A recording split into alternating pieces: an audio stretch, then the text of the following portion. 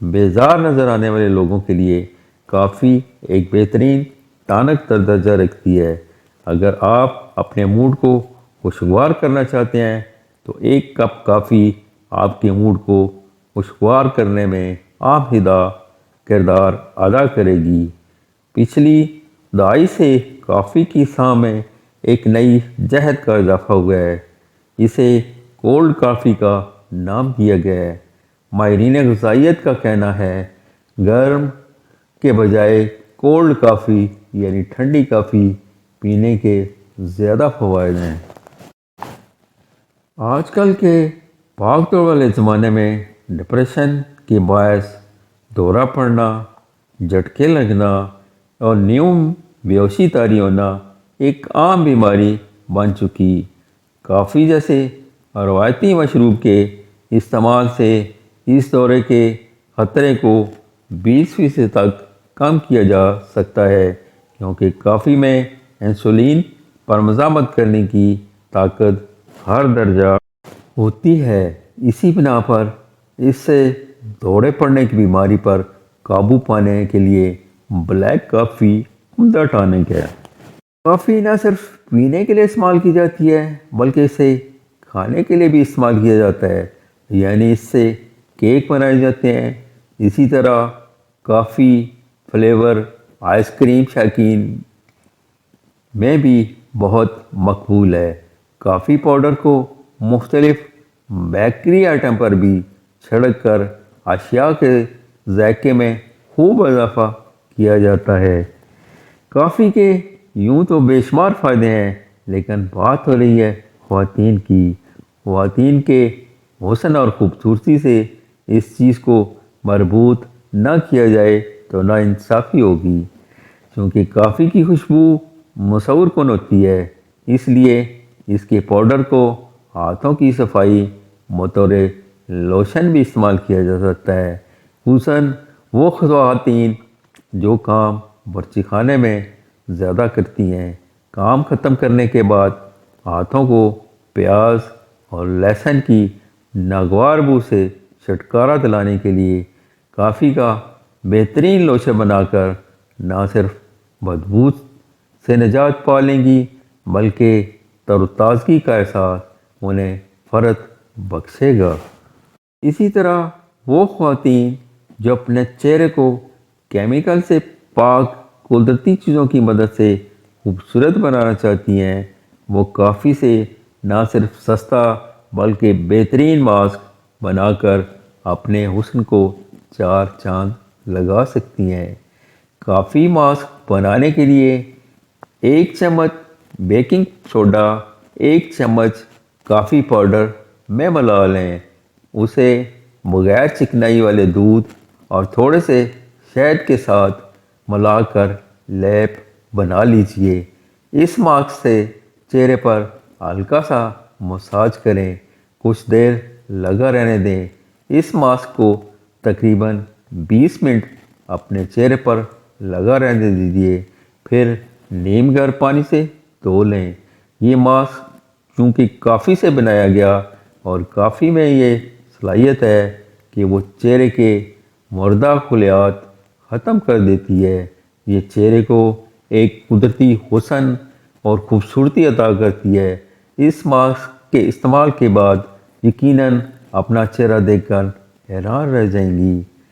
گھریلو خواتین کو کاموں کے ساتھ ایک اور مسئلہ بھی عموماً درپیش رہتا ہے، وہ ہے فریج کی صفائی کا۔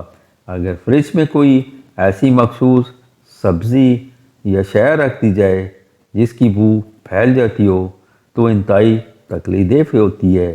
اس کے سدباب کے لیے آسان طریقہ کافی کی صورت میں آپ کے پاس موجود ہے۔ پیالی میں تھوڑا سا خشک کافی کا پاؤڈر ڈال کر فریج میں رکھ دیں، کسی بھی شے کی بو نہیں ہوگی بلکہ کافی کی وجہ سے ایک بھینی بھینی خوشبو ہر طرف پھیلی رہ گئی۔ کافی سے آپ اپنے فرنیچر کی صفائی بھی بہترین طریقے سے کر سکتی ہیں۔ اس کے لیے کافی کے گاڑھے محلول کو کپڑے کی مدد سے فرنیچر پر لگانے اور پھر اس کو رگڑ کر صاف کرنے سے آپ کا فرنیچر نکھر جائے گا۔ یہ آپ کی محنت کا منہ بولتا ثبوت ہوگا۔ کافی کے بارے میں یہ سب جاننے کے بعد اب تو آپ سب کو کہنا چاہیے، کافی ہے سب کے لیے کافی۔